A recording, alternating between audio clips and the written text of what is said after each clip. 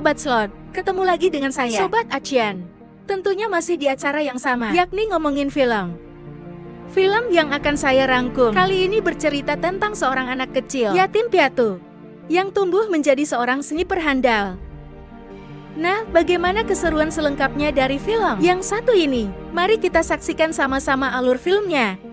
Tapi sebelumnya, seperti biasa, saya mau ingetin kalian untuk makan permen terlebih dahulu. Biar sehancur-hancurnya muka kalian, sepahit-pahitnya hidup kalian, tapi setidaknya mulut kalian tetap manis.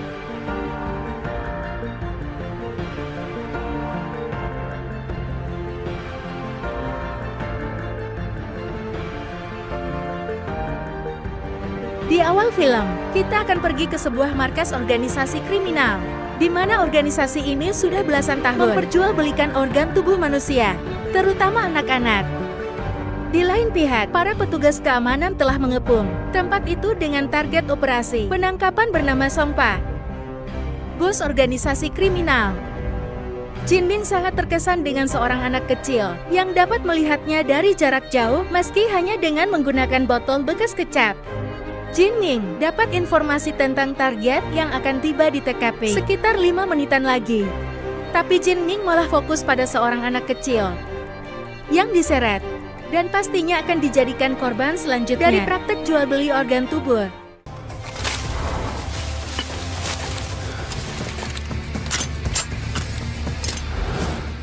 Ketika bos kriminal itu turun dari mobil, Jin Ming jadi dilema antara menembak Songpa atau menyelamatkan anak kecil tadi. Jin Ming akhirnya pancet, lebih memilih menyelamatkan anak kecil tadi daripada memburu Songpa, sang bos kriminal.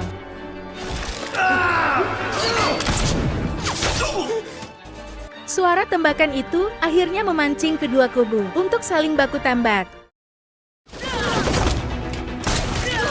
队长，他们在射杀平民。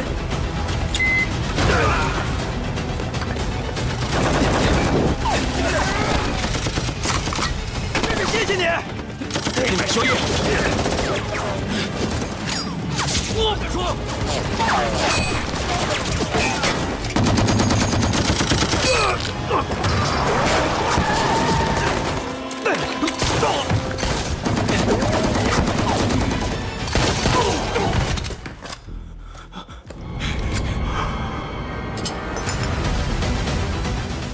Alhasil anak kecil itu berhasil diselamatkan, sementara Songpa berhasil kabur.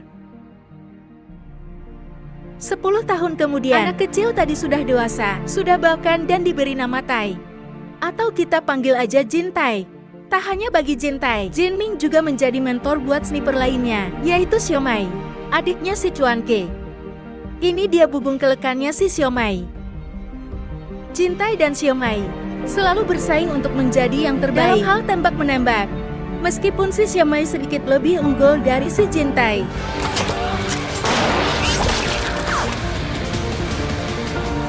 Jin Ming berkata kalau tadi adalah peperangan yang sesungguhnya, maka Jin Tai bisa tewas. Jin Ming juga memberitahu, selain kesabaran, ketepatan, dan juga tersembunyi, yang terpenting bagi seorang sniper adalah bisa bertahan hidup.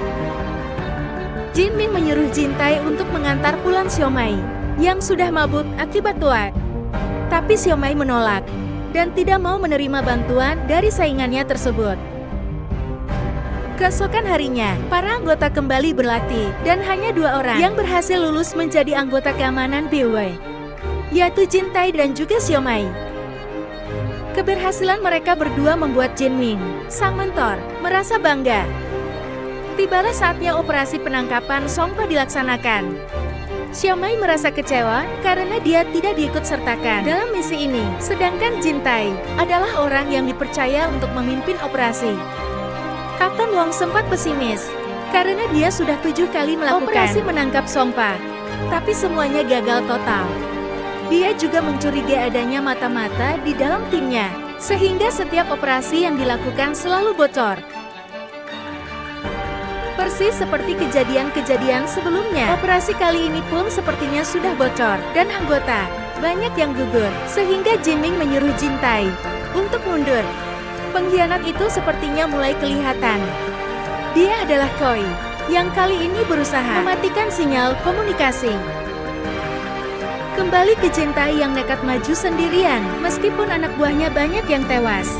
Keputusan Jintai itu pun membuat Jin Ming khawatir dan menyuruh Xiaomai mempersiapkan tim kedua untuk membantu Jintai. Tapi Kapten Wong melarang keberangkatan Xiaomai sebelum ia mengetahui siapa orang yang berkhianat itu. 继续执行任务，马上出发，不许去！ Sinyal kembali normal, dan kembali bisa menangkap siaran langsung Jintai. Tim terkejut, karena Jintai bisa membabat habis musuh, meskipun dia sendirian saja. Dengan sombongnya, Jintai memutar ulang kejadian, baku tembak dirinya dengan musuh, yang sempat tidak terlihat akibat sinyal yang jelek. Namun dalam baku tembak itu, orang yang menjadi target buruan yaitu Songpa, tidak ada di tempat. Kapten Wong menyuruh Jintai menyisir semua lokasi yang ada di sana.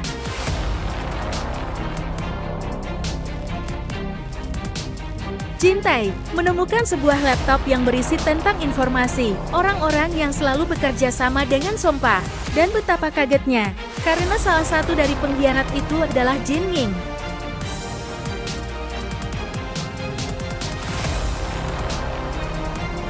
Jin Ming berusaha menjelaskan bahwa dia tidak seperti yang mereka bayangkan. Tapi Kapten Wong kekeh, menyuruh Xiaomai untuk menangkap Jin Ming. Dari kejauhan, Koi mengeluarkan pistol untuk membunuh Jin Ming. Namun beruntung Xiaomai dengan cepat menembak Koi, sehingga terjadi baku tembak di dalam markas.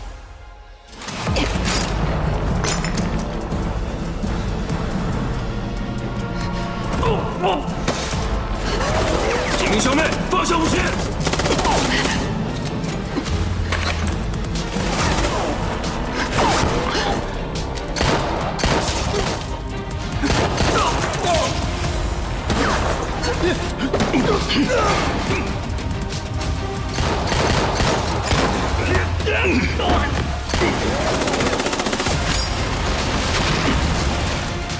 Jintai yang baru saja tiba di markas mendapati Kapten Wong terluka parah. Kapten Wong memberitahu Jintai bahwa Jin Ming adalah seorang mata-mata dan Xiaomai adalah pengkhianat. Jintai ditodong Jin Ming dari belakang, tapi Jintai berhasil mengelak, sehingga terjadi pertarungan. Jin Ming menyuruh Jintai untuk meletakkan senjata, namun tiba-tiba Xiaomai datang dan kembali terjadi baku tembak dan baku hantam.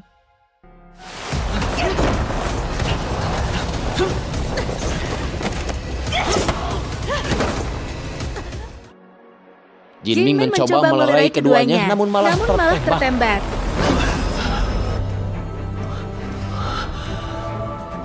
Songpa yang baru saja datang menyuruh anak buahnya untuk meledakkan markas keamanan DW, di mana di sana masih ada Jin Tai, Jin Yin, dan juga Xiaomai.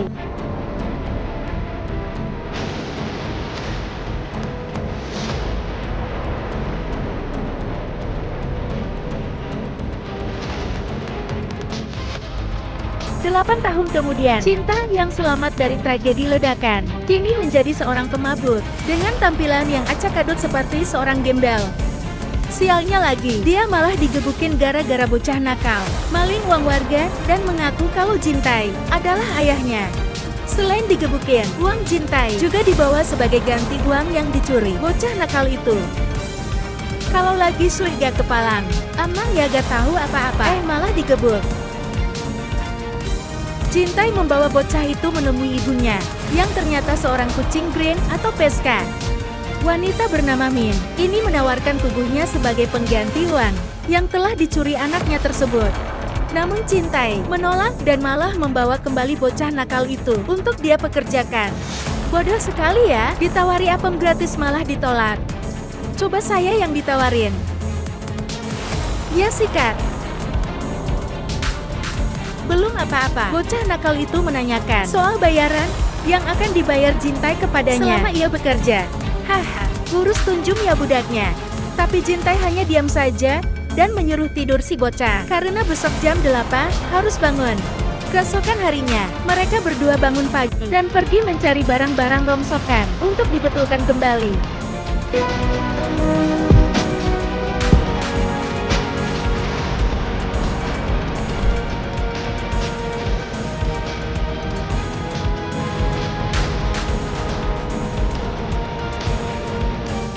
Bocah nakal yang bernama Boy Ini melihat sebuah spanduk donor darah dengan bayaran yang cukup besar, dan sepertinya dia berminat. Di rumah Boy mulai terbiasa dengan pekerjaannya, dan tak lupa juga, Jintai menyuruh Boy untuk tidak melupakan kewajibannya sebagai anak kecil, yaitu belajar.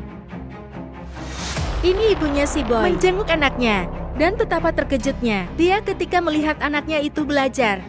Satu hal yang tidak pernah dilihat ketika si Boy berada di rumah.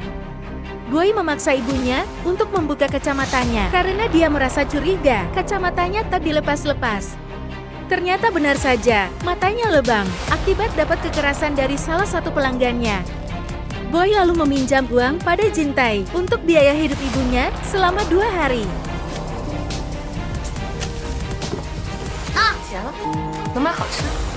Setelah dikasih uang, membawakan makanan berupa seblak tulang untuk Jintai. Makan sebagai rasa terima kasihnya karena Jintai telah mengajari Boy menulis dan membaca. Min juga bercerita kalau sebenarnya si Boy ini adalah keponakannya. Kakaknya yang merupakan ibu kandung si Boy kecanduan narkoba dan akhirnya bunuh diri karena tidak sanggup bayar utang. Sejak saat itu, Min terpaksa kerja apa saja, termasuk jadi kucing Green untuk membayar utang-utang kakaknya dan membesarkan si Boy tentunya. Boy yang sedang kusyuk belajar, tiba-tiba pensilnya terjatuh.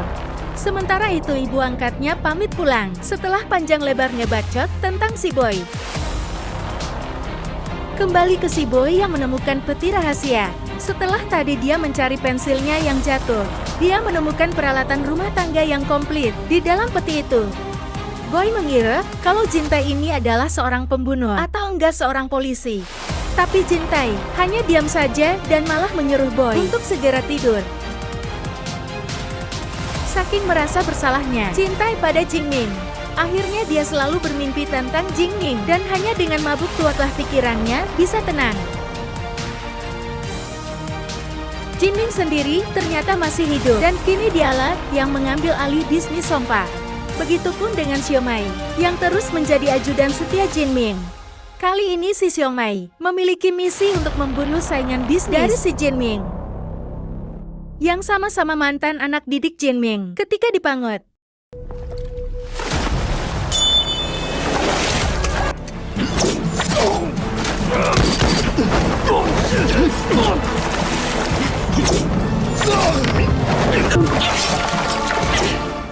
Selesai misi, Xiaomai memberitahu Jingming bahwa dia sudah menemukan orang yang cocok dengan golongan darahnya Jingming.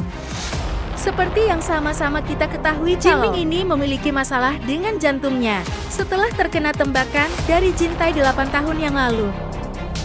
Film kemudian di flashback-in ke 8 tahun silam, ketika Dr. Kim menyelamatkan Jin-Ming dari kematian. Dari sana juga, Xiaomai baru mengetahui kalau ternyata Jin-Ming benar-benar seorang pengkhianat dan merupakan kaki tangan Sompa. Xiaomai sempat ingin membunuh Jin-Ming, tapi dia teringat ketika Jin-Ming menyelamatkan nyawanya ketika dia masih bulu kumut atau masih kecil.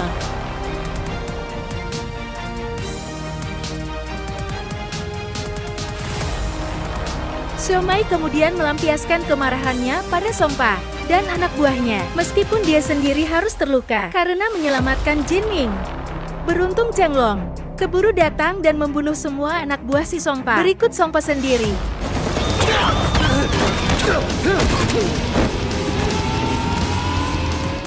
Dr. Kim memberitahu Xiaomai tentang kerusakan jantung yang dialami Jin-Ming. Dia harus mengganti jantungnya setiap 3 atau 5 tahun sekali jika dia ingin terus hidup. Golongan darah Jin-Ming juga termasuk langka, yakni golongan darah B-RH negatif. Kembali ke Jintai, yang baru bangun tidur dan mencari bocah tengil yang sudah tidak ada di tempat tidur. Tiba-tiba, bocah itu datang sambil membawa makanan dan minuman, berikut uang yang banyak. Jintai marah karena dia menganggap bocah ini telah mencuri lagi. Jintai akhirnya mengusir bocah itu dari rumah dan menyuruhnya untuk tidak kembali lagi.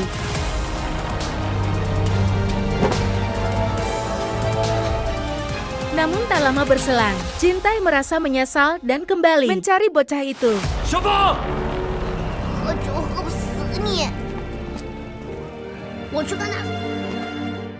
Jintai sudah menemukannya, namun si Boy malah diculik oleh Long. Jintai mencoba mengejar, namun tak berhasil karena Long memiliki senjata api. Jintai kemudian melihat spanduk donor darah amal yang dia ingat. Ketika itu si boy sepertinya berminat untuk ambil bagian dalam donor darah ini. Jintai kemudian masuk untuk memastikan apakah Boy benar-benar mendonorkan darahnya demi mendapatkan uang. Setelah Jintai periksa, ternyata benar bahwa si Boy telah mendonorkan darahnya tadi pagi.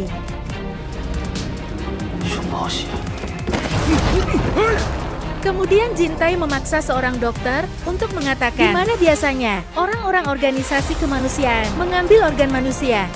Si dokter pun memberikan sebuah halaman dan Jintai langsung menuju ke tempat yang dimaksud.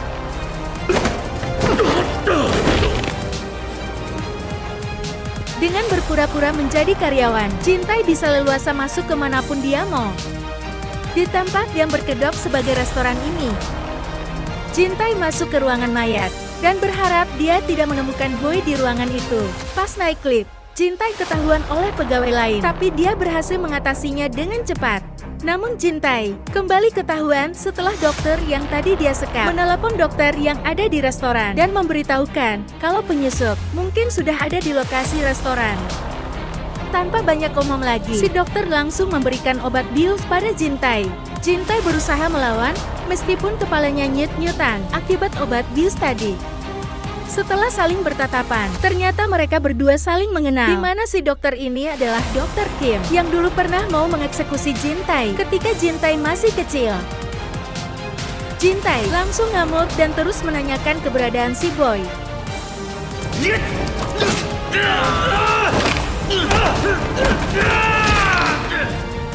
Belum juga dijawab, seseorang tiba-tiba menembak Dokter Kim hingga tewas.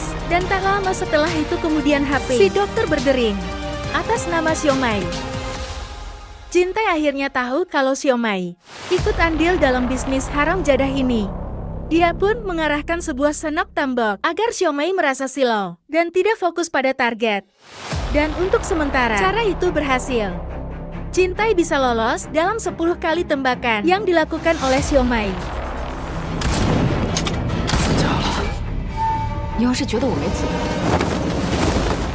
Xiaomai kembali menembak, namun Jintai lagi-lagi dapat lolos. Jintai masuk ke sebuah ruangan dan dikepung oleh para anak buah Silong.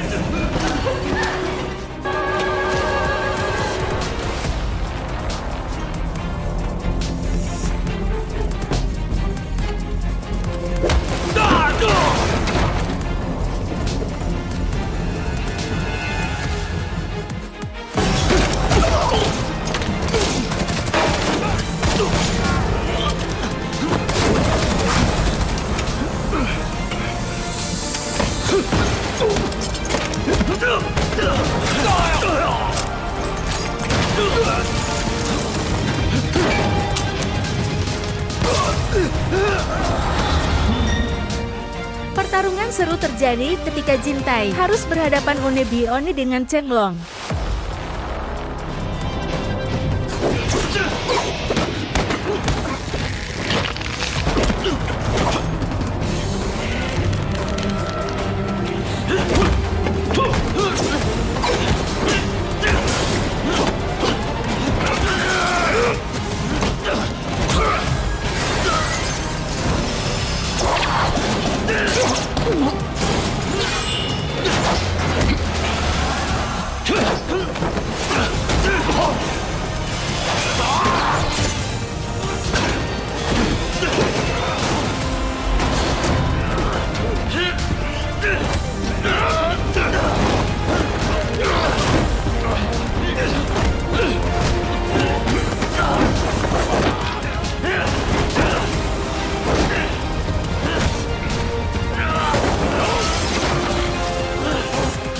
Jintai akhirnya harus keluar arena sambil mencuri sebuah kalung bebodohan milik Long.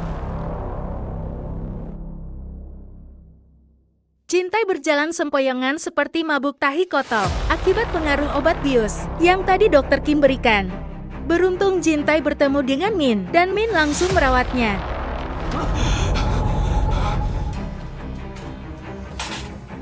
Keesokan harinya, Min menanyakan keberadaan Boy yang sejak kemarin tidak bersama Jintai. Jintai menjawab bahwa Boy telah diculik, sebuah organisasi yang memperjualbelikan organ tubuh manusia. Min langsung menangis dan terus memukul Jintai karena takut si Boy tewas dan dijadikan para balo oleh organisasi itu. Jintai menyuruh Min untuk tenang dan percaya kepadanya bahwa Boy masih hidup. Kembali ke setelan pabrik, Jintai mencukur terlebih dahulu semua bulu yang ada di tubuhnya, mulai dari bulu kepala sampai bulu bal. Persis setelan ketika dia masih aktif menjadi anggota BW dulu. Tak lupa, dia juga membawa senjata yang hampir 8 tahun dia kubur.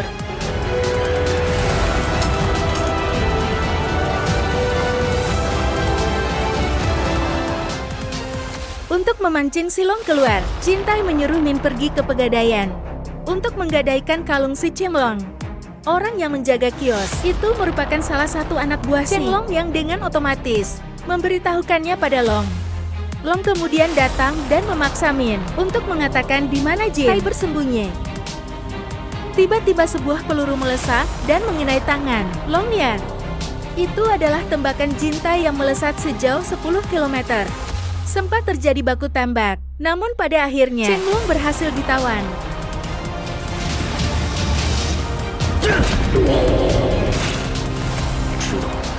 Kemudian Long membawa Jintai ke tempat biasa anak-anak ditawan sebelum dieksekusi.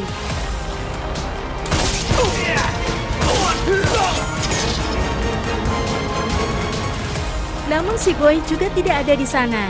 Jintai menyuruh salah satu admin di sana untuk meretas rekening keuangan milik organisasi ini, sambil tak lupa sekalian menghabisi si Chenglong, karena Jintai sudah tidak membutuhkannya lagi.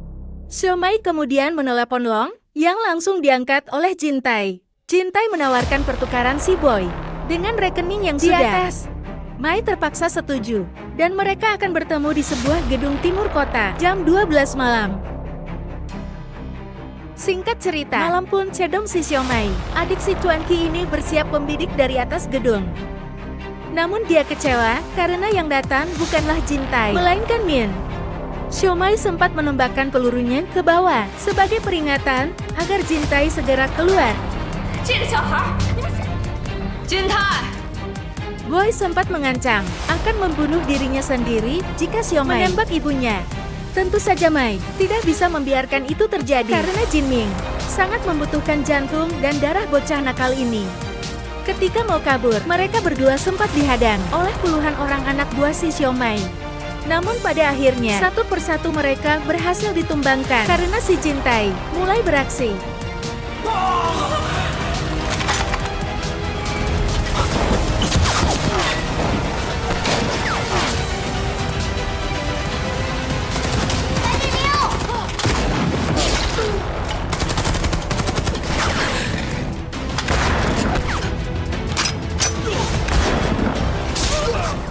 Min dan Boy terus berlari sambil diawasi dari kejauhan oleh Jintai.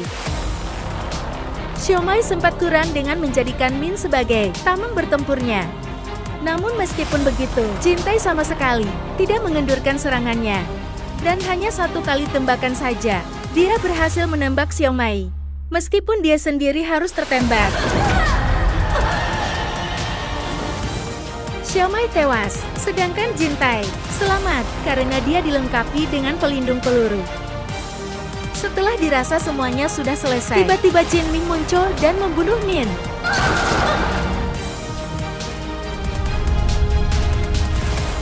Sedangkan bocah nakal itu kembali harus dibawa kabur.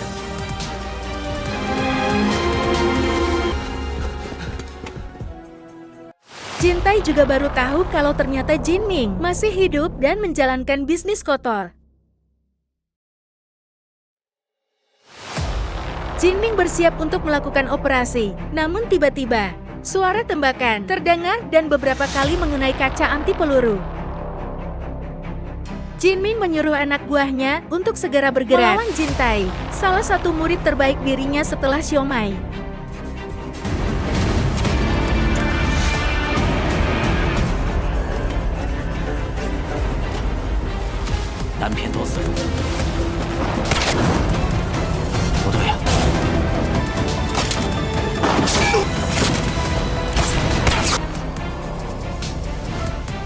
Meskipun sambil mendengarkan instruksi dari sang mentor, namun para sniper anak bawang ini tetap saja tidak bisa menandingi kehebatan Jintai.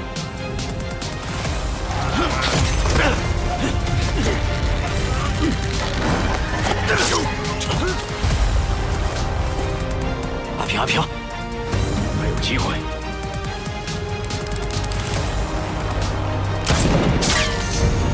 报告教官，记住。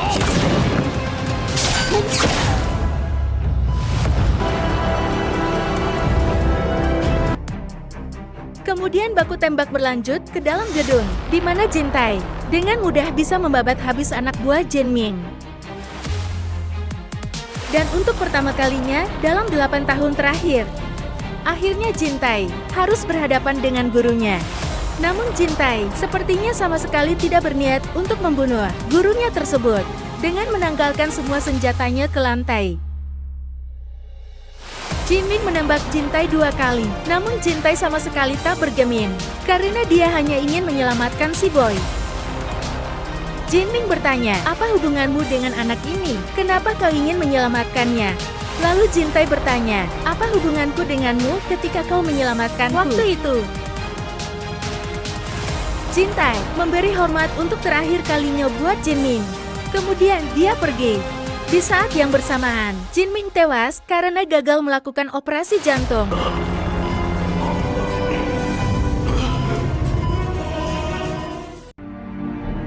Keesokan harinya, Jintai mengantar Boy sekolah. Dan untuk pertama kalinya, Boy memanggil ayah pada Jintai. Film pun selesai. Nah itu tadi Sobat Slot rangkuman film dari Sniper, versi Asia. Alur ceritanya lebih padat ya, lebih berbobot, dan lebih seru. Menurut saya mah gitu ya, beda dengan Barat yang alur ceritanya mudah ditebak dan terkesan to the point. Oke terakhir, pesan yang bisa kita ambil dari film ini adalah banyak. Dan saya tidak bisa menyebutkan satu persatu. Saya Hidayat Kacung pamit. Wassalamualaikum warahmatullahi wabarakatuh. Adios pernias.